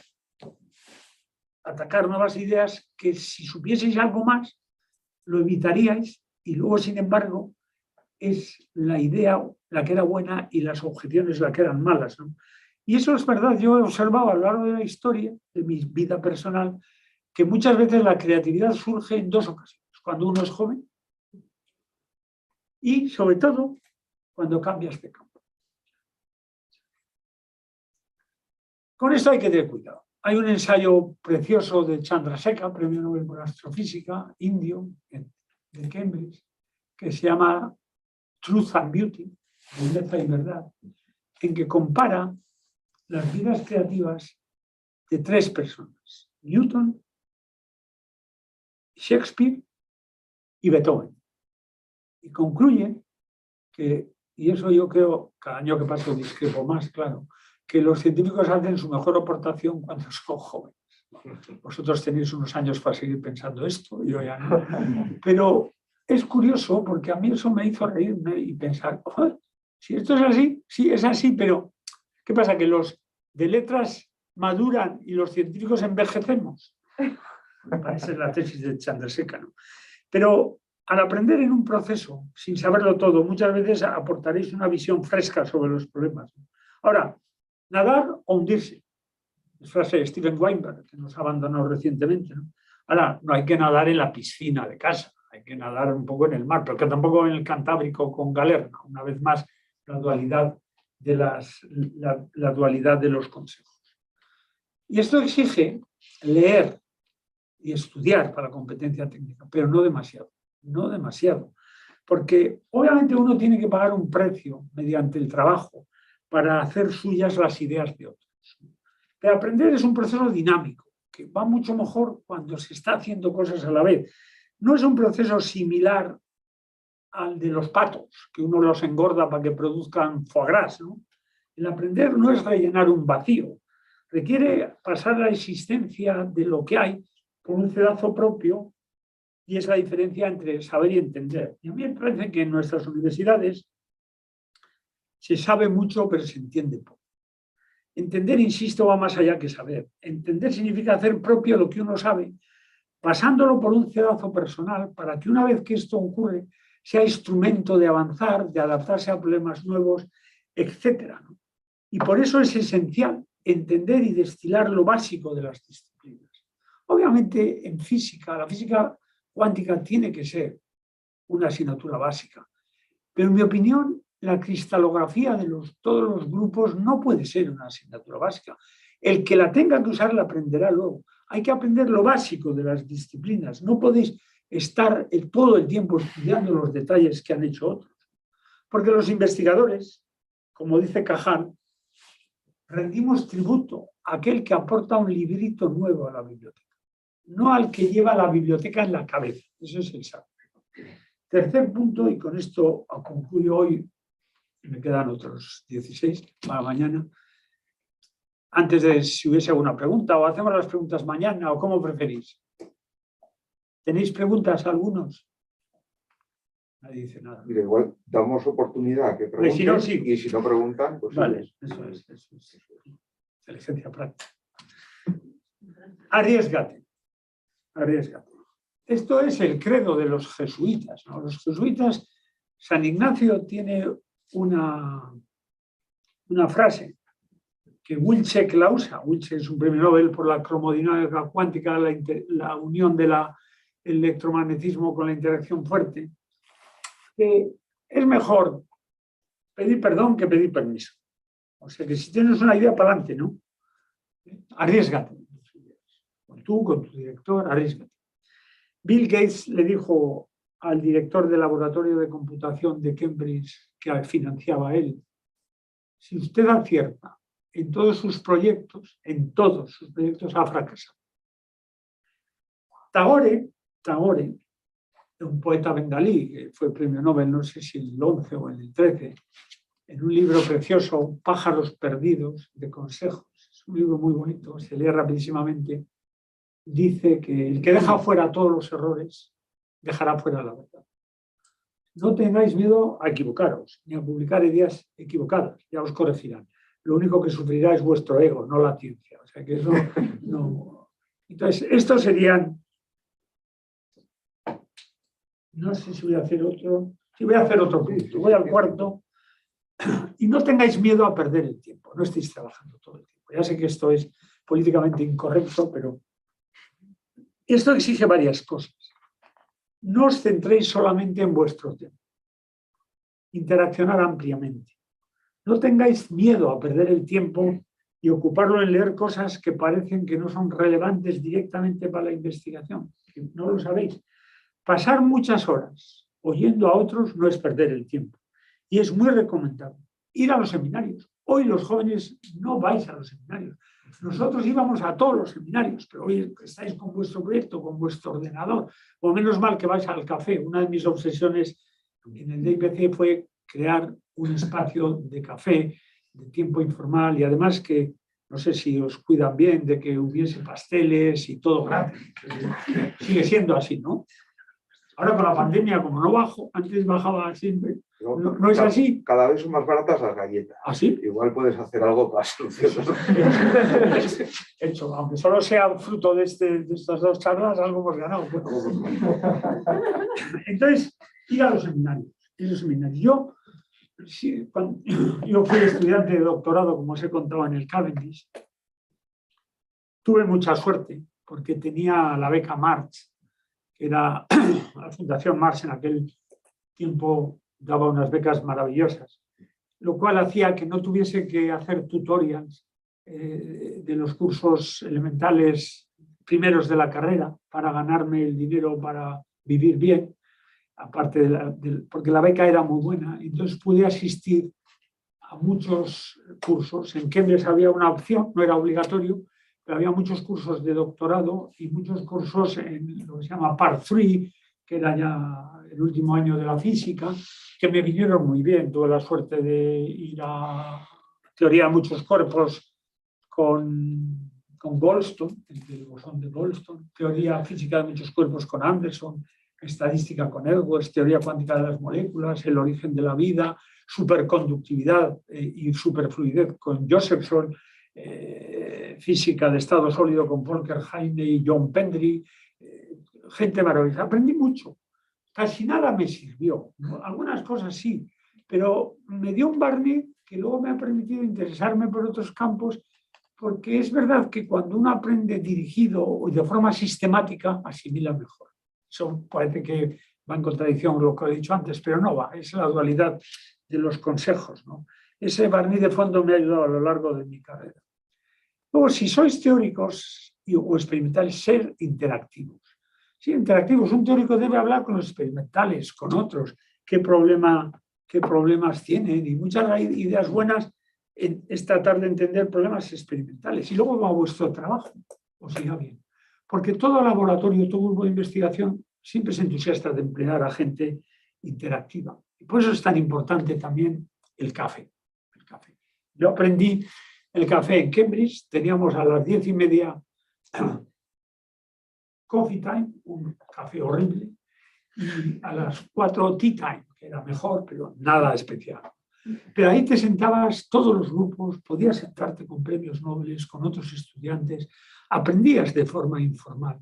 Esto ha decaído en el propio Cambridge, porque desde que llegan los computadores personales, ya empezaron los cafés en cada grupo, coffee time, group meeting, y ya porque la gente estaba con su cálculo y a ver lo que sale, etcétera. Yo creo que esto ha cambiado. Yo sigo pensando que es bueno y que en la creación de Nanogune también hicimos un espacio de encuentro. No sé cómo está funcionando ahora, pero me parece importante. Y porque así exploraréis otros temas, oiréis otros temas. Chema Pitarque, el director de Nanogune, ha escrito: ya que en esto de la ciencia el camino suele esconder sorpresas inimaginables que podríamos perder si, cegados por la meta deseada, el cálculo, el experimento, dejamos de mirar el paisaje que nos rodea. O sea, que no tengáis miedo a perder el tiempo y no trabajar todo el tiempo. Tomaros tiempo para descansar. Cuando a mí alguien me dice, yo llevo 5 años sin vacaciones, inmediatamente le tacho de mi lista. No le contrataría a alguien, hombre, obviamente, si tiene que sacar adelante la familia, si hay circunstancias, estoy hablando en general, pero tomaros tiempo de relax, lo cual no quiere decir que no trabajéis duro, la dualidad. Hay que trabajar duro, pero duro en el sentido de intenso. Tus años, por ejemplo, a los postdocs, representan una parte decisiva en tu futuro profesional, y trabajar duro es imprescindible, pero trabajar duro en el sentido de esfuerzo concentrado, no de largas horas de trabajo rutinario. Estar mucho tiempo solucionando un problema, aunque no lo solucionéis, no es tiempo perdido. Yo suelo decir que cada trozo de papel que un físico teórico tira a la papelera no es un fracaso, sino es un paso más hacia la solución, porque es saber que ese camino era equivocado. Y os ayudará en el futuro de forma que hasta ahora no podéis ni anticipar. Y ahora sí que paro y mañana más tiempo. ¿Alguna pregunta o algo? A ver si ser interactivos. Ya, no tenemos micrófono. Bueno, pido perdón a los que estén en Zoom porque igual no escuchan a la gente. Repito yo las preguntas que haga la gente. Hay un par de preguntas aquí. ¿Esos son tuyas o es de la gente? De la gente, ¿eh? Que sepas, has tenido 76 personas escuchándote. Unas 80 aparte de todas. ¿Eso es mucho o poco? Eso es mucho. A nuestros estándares es muchísimo. Para los youtubers hoy en día es una agradezco a la audiencia y un abrazo especial si ha conseguido conectar a Alberto Galindo, mi admirado. Ahora te digo si se conectó o no. Y una pequeña anecdotilla tengo para añadir a este último punto que no lo has dicho. Antes solías decir que no tuviéramos miedo a pasear, a irnos por ahí, a perder el tiempo más de verdad. Esto es lo mismo. Es parecido, pero bueno. Bueno, no, he dicho que tomaros mucho tiempo de relax. Eso. Es la síntesis. Ahí está. Bueno, pues Maya y yo, por lo menos, estudiantes tuyos de hace mucho, nos lo tomamos muy literal. Pues no os ha ido mal, ¿no? Hemos sobrevivido. Muy bien. En ciencia, no todo el mundo puede hacer lo mismo. Pero bueno. Cuanto menos, lo que sí que nos hicimos fue íntimos, ella y yo, y hoy en día colaboramos a cascoporra, así que otra cosa que yo voy haciendo por ahí. A los míos, por lo menos, iros a pasear sin miedo y hacer amigos y en fin. Bueno, ¿alguna pregunta por aquí? Si no, aquí hay un par. Bueno, desde casa parece que todo el mundo es más valiente. Pues venga, te retransmito. Un espectador anónimo pregunta, es larga, pero... Hay varias preguntas, vamos a ir poquito a poco. ¿Cómo conciliar la madurez que se requiere para escoger un buen sitio, un entorno académico adecuado, un buen director, un buen país y un buen tema, cuando cada día se hacen más cortos los programas académicos, los doctorados y los recursos destinados para investigación en pro de la mercantilización del conocimiento? La pregunta sigue, pero igual hacemos una pausa y luego sigo leyendo. Eso es una buena pregunta, muy buena. De hecho, es una pregunta práctica que trato de contestar en parte en algo que viene luego, que es el timing, ¿no? Si tú tienes que competir para una beca o para un postdoc en 2 años, no puedes elegir un tema que sabes que te va a llevar 10 años.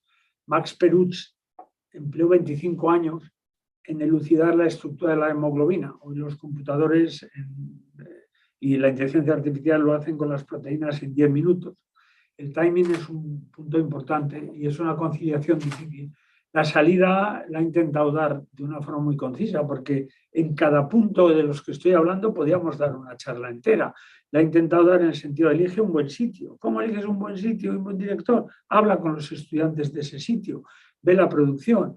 Y luego, ¿cómo eliges un buen tema? Bueno, fíjate del director, porque el talento necesario para elegir un tema igual no lo tienes desarrollado, pero si has elegido bien el director con generosidad, unas personas con generosidad, con visión, que no te trata como un siervo, sino como alguien con un proyecto personal, pues te orientará bien. Y efectivamente, la necesidad, lo hablaré al final también, de dar cuenta en cada momento de una forma prematura de los resultados, pues es lo que he explicado yo al principio, cuando he dicho que desde el comienzo, que yo he detectado una evolución de la ciencia desde que yo empecé en una dirección que no me gusta, pero que no sé cambiarlo, en que parece más una competición olímpica, en que alguien tiene que ganar a los demás, y el número, etcétera. Pero hay una dualidad, por otro lado hay que producir, eso intentaré contestar con lo del timing, o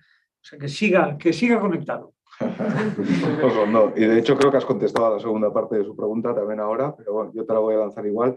Pregunta, ¿cómo escoger una vida científica destinada al disfrute intelectual cuando por todos lados se exige producción de alta calidad y en tiempos récord? A este ritmo, ¿cómo poder disfrutar de la aventura del conocimiento? Pues bueno, esa dualidad de mis consejos. Una vida científica, de todas formas, debe disfrutar.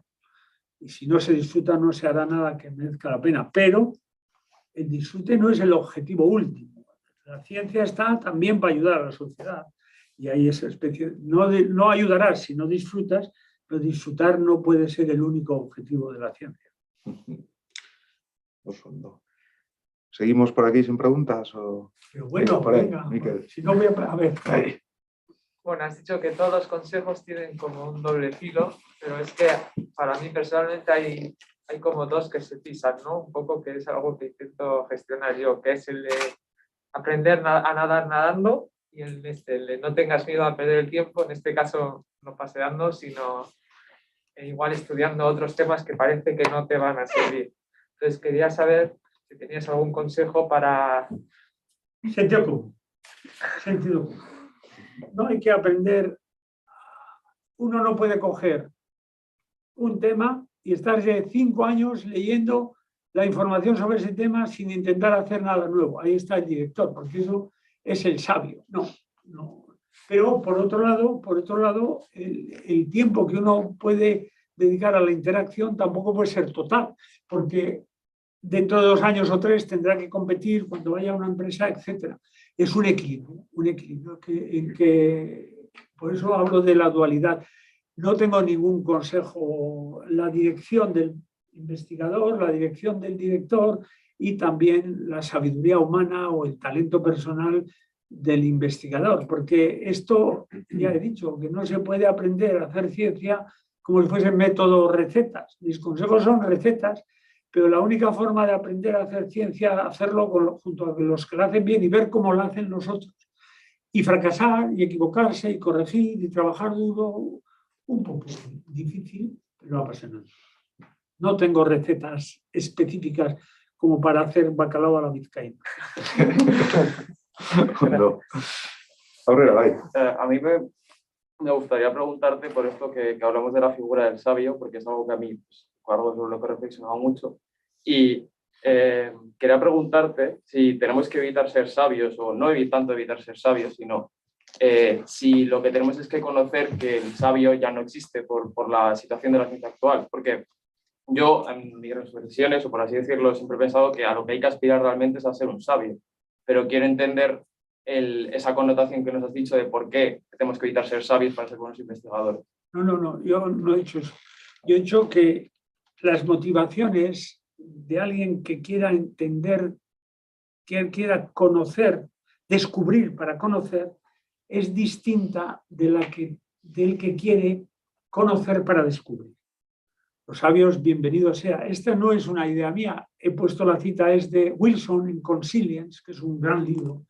Y en el sentido de que si tú quieres entender, descubrir para entender, podrás ampliar todo este conocimiento de muchos campos y avanzar en muchos frentes, etc. Aparte que la sabio también lleva una connotación moral, en el sentido que sabiduría es una concepción justa de los fines de la vida, pero sabio simplemente desde el punto de vista del conocimiento es descubrir para entender. Ahora, si tú quieres aportar algo nuevo, a veces tienes que limitar esta aspiración de sabiduría de una cierta época para poder adquirir los conocimientos necesarios, básicos, en el tiempo más breve posible, para llegar a la frontera y descubrir algo nuevo, porque en la frontera hace mucho frío. En ese sentido, hay una especie de dualidad también, pero ser un sabio es una gran aspiración, una gran aspiración. No, yo no voy en contra de eso. Pero el objetivo de una tesis doctoral y de un postdoc no es llegar a ser sabio, sino llegar a descubrir algo nuevo a una costa de ser menos sabio en otros campos, lo cual es una elección personal. Bueno, muchas gracias por la charla, Pedro. Y siento llevar pues, este consejo tan bueno que nos has dado a algo más concreto. Pero ¿Por qué sientes? Pues no hay que sentirlo. porque es menos aplicable. Ah. Pero nos has dicho que elijamos un buen sitio, un buen director y un buen tema. Pues tú, que tienes tanta experiencia, me gustaría saber qué sitio elegirías ahora mismo, qué director, o sobre todo, si tuvieras la oportunidad de volver a empezar, ¿en qué tema te gustaría investigar ahora mismo? De los campos que hay abiertos. Obviamente este es una gran audiencia, o sea, solo por estas preguntas todas, merece la pena dar la charla. Hombre, yo obviamente elegiría Donostia y el DIPC. Es verdad que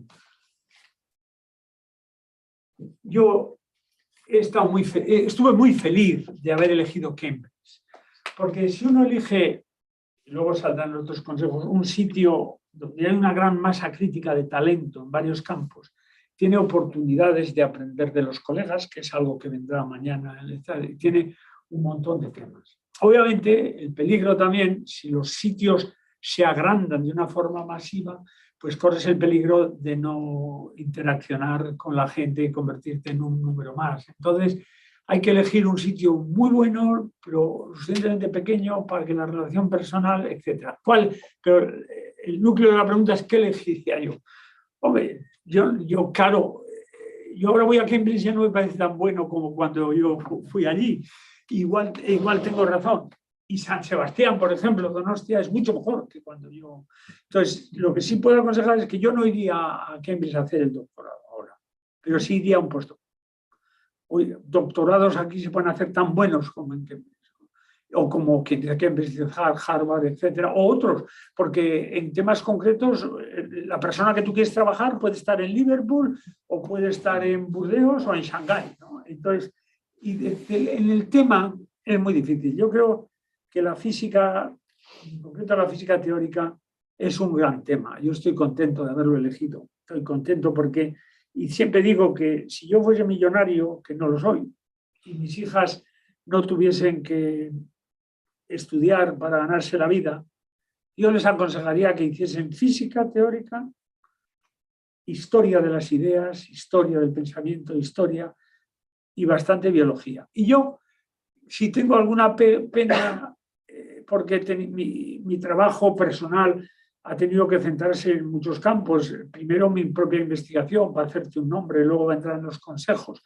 También el crear instituciones, porque el último de mis consejos va a ser leales a las instituciones que os han acogido.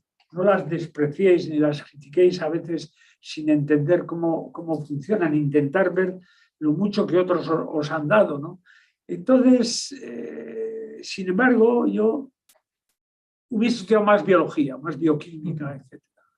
Yo elegiría, y por eso me parece importante que en las carreras, yo si ahora hiciese el currículum de física, le metería mucho biofísica, bioquímica, y sí, depende de... La pena que tengo no entender más la biología. Eso se ha visto también. El día pasado tuve que dar una charla política que es aspectos sociopolíticos de la pandemia, que igual puede salir mañana en la discusión, porque hoy la pandemia ha puesto a la ciencia en el escaparate y ha revelado el papel esencial que tiene la ciencia en el desarrollo de una sociedad compleja moderna. Y sin embargo, muchos científicos permanecen ajenos a la comunicación científica correcta y permanecen ajenos al debate político, ¿no? Es como si los científicos tuviesen que estar solo, como dijo cínicamente Churchill, on tap, not on top. On tap es como abrir el grifo y que salga el agua cuando alguien lo necesita. Ni on tap ni on top. Pero eso saldrá mañana. Biología es lo que he hecho más que falta. Bioquímica. Gracias. Voy a volver un minutillo a las preguntas online que se están acumulando un poco, pero que sepas que los de Maya están a tope. Aquí tienes buenos nietos interesados. Sí, ¿no? Miquel, tú también, ¿no? Irian y Íñigo que anda por ahí. Lo Bueno. que no veo es a Maya. Maya ha visto esta charla tantas veces como yo. Es verdad. No es verdad, pero está actualizada. Cosas nuevas. Bueno, pues cuando la veas... Como has visto, y si no te has dado cuenta, me las junto. No, creo que me he dado cuenta. Lo he apuntado, de hecho, las novedades, pero está online luego, así que ya le mandarás que la vea. Nacho Pascual tiene una pregunta para ti. Nacho con TX. Está enfermito. Enfermo. No bueno, puede venir. Mándale un saludo por ahí si quieres. Bueno, te pregunta, ¿ves a la ciencia de hoy masificada hasta el punto que la burocratización que genera su gestión y el afán de supervivencia individual puede aniquilar la creatividad? ¿O por el contrario, es bueno el bosque para que florezcan más ideas? Pues desde luego la masificación burocrática no es buena. Yo creo que uno de los problemas fundamentales que tiene hoy el desarrollo de la ciencia moderna es un exceso de burocracia. De hecho, hay otra charla que también daba yo en los cursos, que igual podemos darla a esta audiencia que se llama La sublime utilidad de la ciencia inútil, si os decidís participar en el debate político y defender la ciencia, en que el punto clave en la creatividad es la burocracia. La burocracia, mañana os lo pondré y os contaré un ejemplo. La burocracia tiene el efecto de destruir el comportamiento creativo. Y hoy a los jóvenes y a los directores de investigación se les pide tal cantidad de informes, de reports, etcétera, que no pueden dedicarse. Lo que debía haber sido un medio se convierte en un fin en sí mismo, etcétera. Yo creo que la masificación burocrática y la burocracia es algo fatal para la ciencia y se está cada vez hay más, cada vez hay más. El propio Anderson, cuando testificó en el Congreso norteamericano y a raíz, es obvio que yo tengo gran admiración por Phil Anderson y mirar en la web a ver quién es este señor.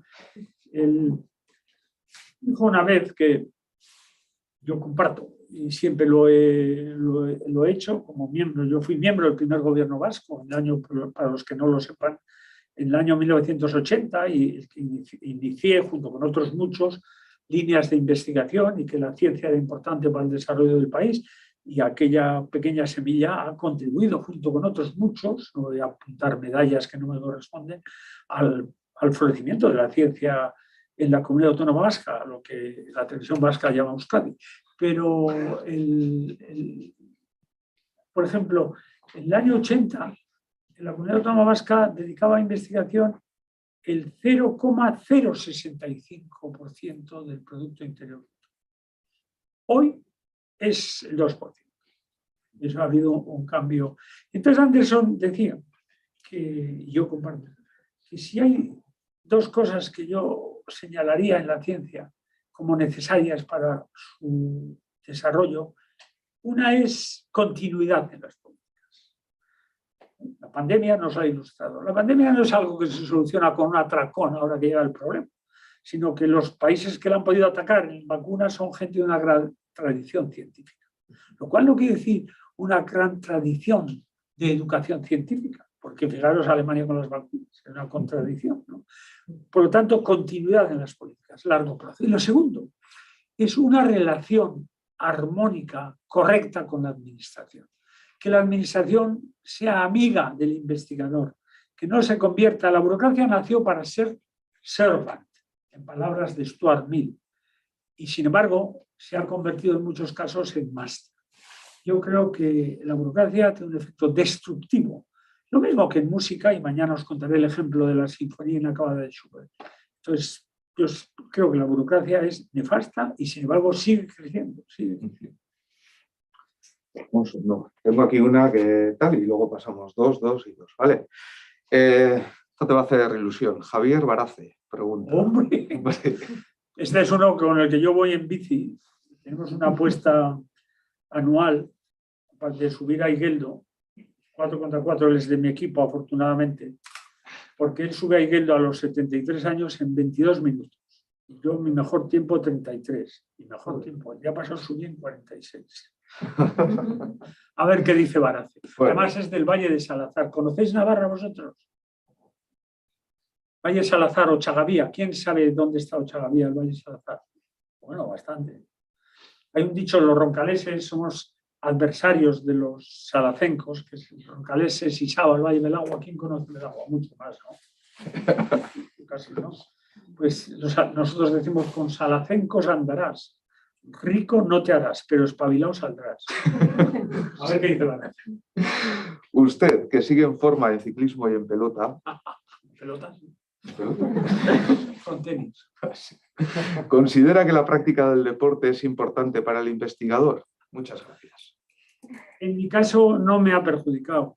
Yo siempre he cuidado mucho el deporte para oxigenarme y a mí me ha venido muy bien. Y pienso mejor cuando hago deporte, me imagino que es la serotonina, etcétera, ¿no? Y en general, a mí y a muchos colegas míos nos ha ido muy bien. Yo jugaba de sports, de chavales jugaba incluso los campeonatos y luego me estropeé la rodilla. Voy en bici. Este año he ido a Santiago de Compostela en bici con un gran investigador eminente físico español, Francisco Guinea, que conoceréis alguno de vosotros, y frente a todos los pronósticos llegamos. Para mí me gusta el esquí, me gusta la montaña, etc. Una de las tristezas de mi vida es no poder correr la Beovia, que he corrido 14 veces ahora por la rodilla. A mí me ha ido muy bien, pero como siempre no hay generalizaciones, porque hay algunos que dicen, Churchill decía que el único deporte que hago es ir andando a los funerales de mis amigos deportistas, ¿no? Entonces, a mí me ha ido muy bien. Hondo, mira, ya que es Íñigo, yo voy a contar que Maya y yo no nos íbamos a pasear, nos fugábamos a hacer surf. A veces pensarán que demasiado algunos, pero bueno, oye. Íñigo. Yo quería preguntarte sobre los cambios de campo, porque como has dicho tú a lo largo de tu carrera has tenido varios cambios de disciplina o de campo. De disciplina no. Bueno, sí. Creo que es bueno también, pero yo no he tenido, porque tenía que producir resultados y no he tenido tiempo. Pero... No, me refería más expresamente igual entonces a cambios como dentro de una disciplina, pues a distintos tipos de cambios. Pues sobre todo los que estamos acabando el doctorado y empezamos a pensar en nuestra futura carrera o no carrera o lo que vaya a ser, es razonablemente necesario hacer ese cambio de campo, o sea, no seguir en los pasos de tu director. Quería preguntarte a ver cómo de grande consideras que debería ser ese cambio, o sea, ese salto entre... Es que eso no puedo lo suficientemente grande para abrir caminos nuevos, pero no tan grande como para encontrar que no encuentras un camino. Que es no decir nada. Pero sí es decir, es lo mismo que diré mañana, hay que ser ambiciosos, pero claro, no hay que meter en la boca más de lo que uno puede masticar. Entonces, no lo sé, aquí sentido común. No sé, pero por ejemplo, si leéis, hay un libro espléndido que se llama El octavo día de la creación, sobre la creación de la biología moderna. Ginés Morata, que es un gran genetista español, premio Príncipe de Asturias, muy pocos españoles que sean Príncipe de Asturias en ciencia, y me regaló este libro, El octavo día de la creación, con una dedicatoria. Lo que este libro dice es que la revolución en biología la hicieron los físicos. Una generación de físicos, del Brook, Luria, etcétera, que se pasaron a la biología y fueron decisivos. El propio Crick, que es el codescubridor de la estructura de doble hélice del ADN y autor de la hipótesis central de la biología molecular, que es que el ADN no da la instrucción para las proteínas, sino lo hace a través del RNA. Y ahora habéis visto estas vacunas del RNA mensajero, cómo han sido decisivas o están siendo, espero, para contestar también a las nuevas variantes, pues era físico. Entonces, pero luego a veces hay otros saltos que han sido tan espectaculares que se han quedado en nada. Por ejemplo, igual esto fuera del micrófono, pero citaré un caso de un premio Nobel que se salta a un tema y lleva 30 años. El propio Einstein se estrelló al fin de su vida porque hay que elegir un tema. Ciencia es el arte de lo resoluble en tiempo y forma.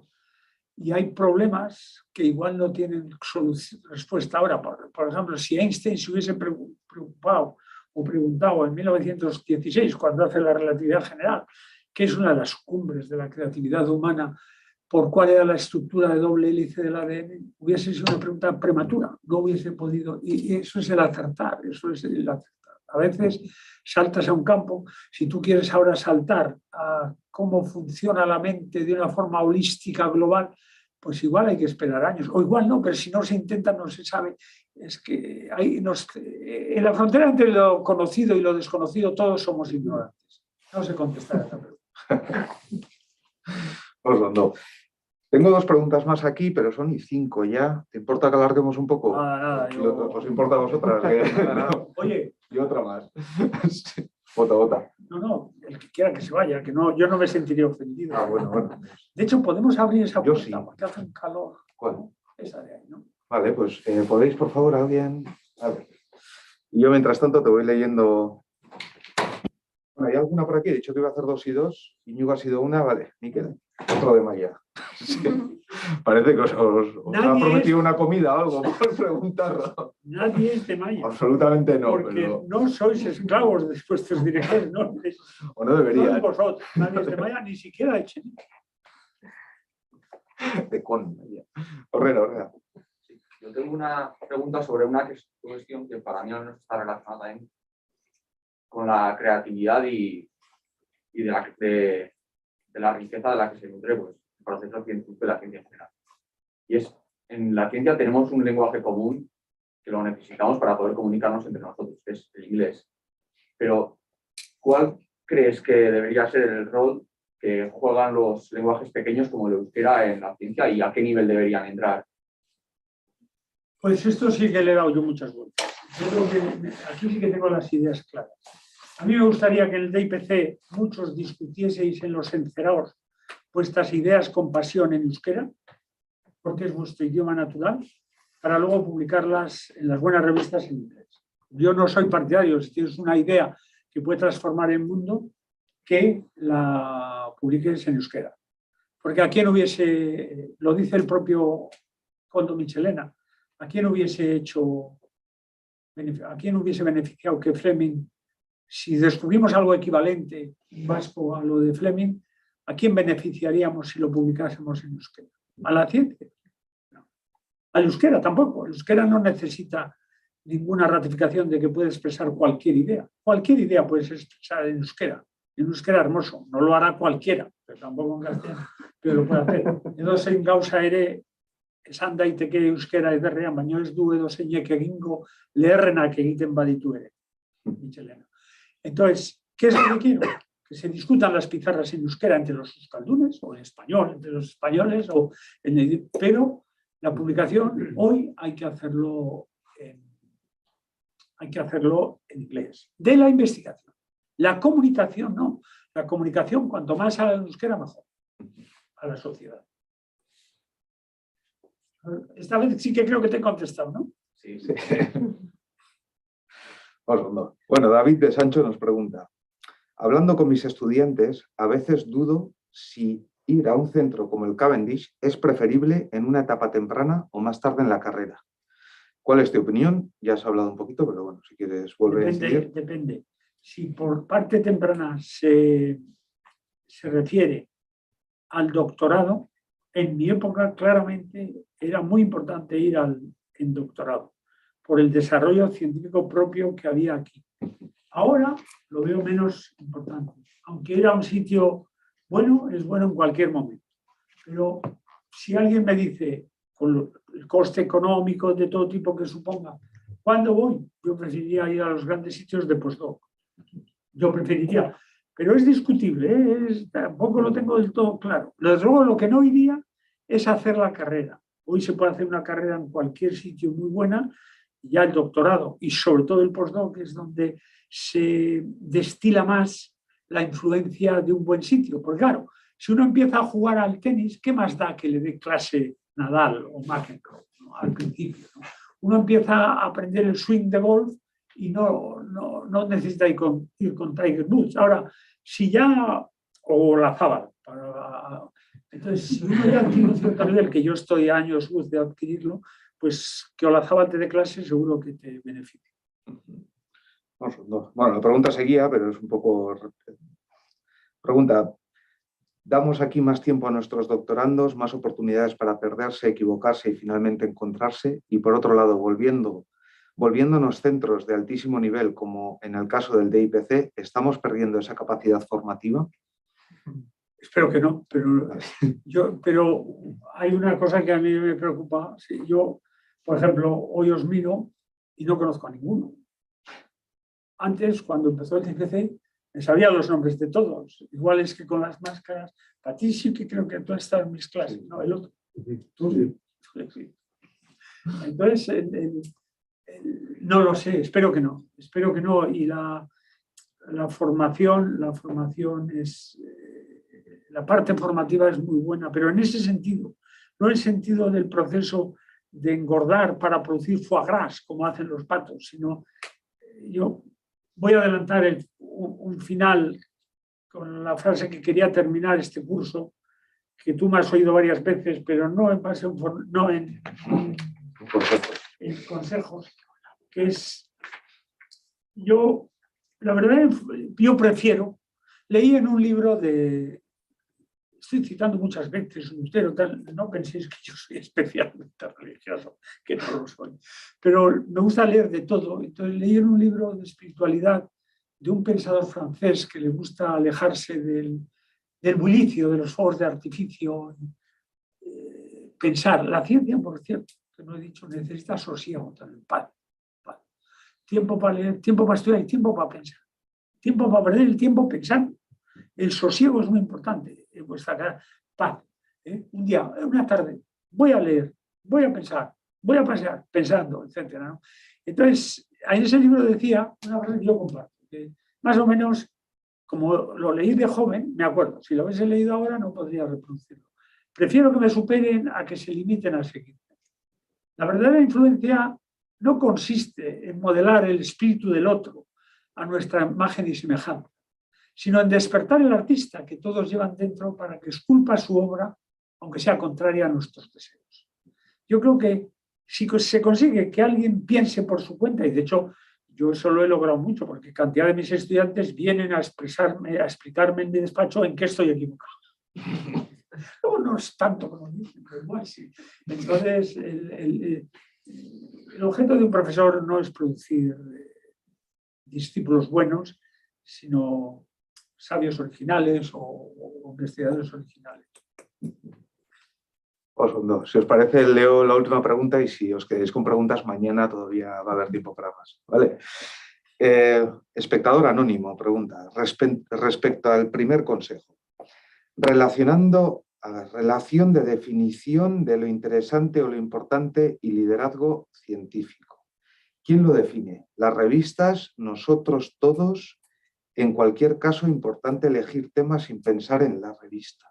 Bueno, ¿quién define los temas las preguntas y temas importantes? Aquí una respuesta abstracta sería la naturaleza, pero es verdad eso. A veces no se sabe si un tema es importante o no es importante. No es importante o no. Porque saldrá en consejos. Rodeado de profesores de filosofía, saldrá mañana, pero rodeado de profesores de filosofía que se preguntaban de dónde venimos, a dónde vamos, Galileo cambia el mundo preguntándose cómo cae una bola por un plano inclinado. O sea, que no hay pregunta pequeña. No hay pregunta pequeña. En ese sentido, pero obviamente cuando Crick y Watson y Bragg y Pauling estaban pensando sobre la estructura de doble hélice del ADN, o dónde estaba el secreto de la vida, si eran las proteínas, etc., ahí ya se veía que había algo importante. Ahora la pregunta, por ejemplo, de cuál es la unificación es una pregunta importante. ¿Qué es la materia oscura? ¿Qué es la energía oscura? Igual no la podemos contestar en muchos años. Se ve que es pregunta importante. Pero el teorema de Fermat, que conocéis, x elevado a n más y elevado a n igual a z elevado a n, a partir de n más que 3, me parece, no. O sea, la suma de dos cubos no se puede expresar como el cubo de otro. Mientras que con el cuadrado sí, es el teorema de Pitágoras. 3 al cuadrado más 4 al cuadrado igual a 5 al cuadrado. Eso es un desafío. ¿Es importante? Bueno, pues no lo sé, pero lo ha solucionado Willis cambiando toda la matemática de cantidad de cosas que ha traído consigo esa pregunta aparentemente challenging, pero no decisiva. El cubo de Rubik, a mí me parecía difícil, no me parece importante. No lo sé, yo no lo sé. Nunca se sabe que es algo realmente importante, pero cuando alguien se pregunta sobre el espectro del cuerpo negro y llega como Planck en un acto de desesperación a plantear la discontinuidad, pues no se da cuenta de lo que ha dicho y del cambio profundo que trae. Muchas veces se sabe, muchas veces no se sabe. Yo creo que ahora, pues por ejemplo, entender la superconductividad de alta temperatura es un tema importante. A mí me parece muy importante. Y yo, pues, si a mí a veces hago bromas, es decir, si ustedes o vosotros os morís, no penséis, y resucitáis dentro de 500 años, ¿qué preguntaríais? Hilbert contestó a esa pregunta.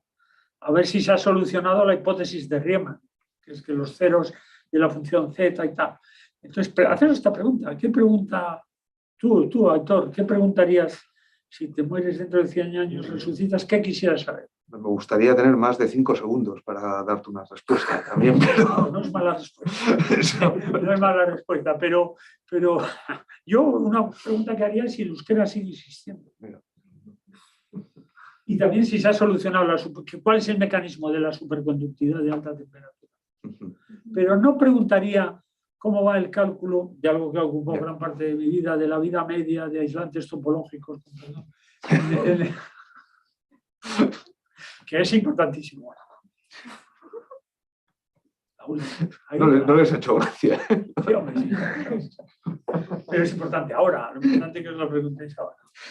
Oso, no. Pero ellos no están en la dinámica, ¿no? Que yo sepa, no, pero igual me equivoco. No. Está en el estado fundamental y la estructura topológica. Yo hago cosas topológicas de la luz, así que dinámica bastante menos, pero esto... Una Oso, última. no. Oye, Una esto última. está maravilloso, tanta pregunta. Ya. Mira, aquí. Vale. Bueno, te quería preguntar, has hablado de la ciencia y que ahora mismo es muy competitiva, todos se miden artículos que son como el pulso entre unos y otros y demás, y eso al final también depende de las revistas que ganan dinero con la ciencia y demás.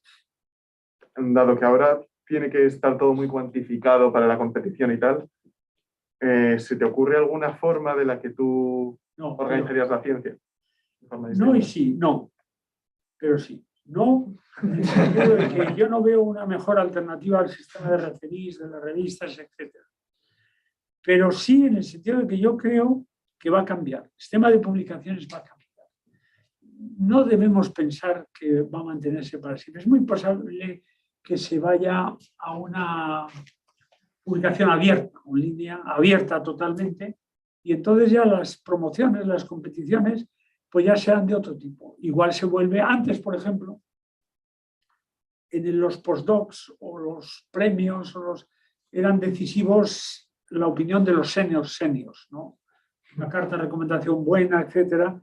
Pero hoy hay tal follón que tenemos que escribir tantas cartas de recomendación y luego no todos mantienen la discreción necesaria, que hay que pensárselo muy bien, a ver lo que uno dice y no dice. Pero quizás si las publicaciones son abiertas, se cambie el sistema. Yo lo que sí creo es que creer fanáticamente en los indicadores es malo. Pero no creer también es malo. No creer también es malo. Un H30 no es peor que un H60. Pero un H30 es mejor que un H1. No se puede decir que alguien, sus ideas cambian el mundo y nadie le ha citado nunca, ¿no? Entonces, lo que se trata es de usar sabiamente los indicadores, ¿no? Indicadores que se diseñaron, y volveremos a este tema, el tema de la ética, por ejemplo, y hay otros indicadores que se diseñaron para mejorar el sistema, corremos el riesgo de hacer que lo empeore. Bueno, vamos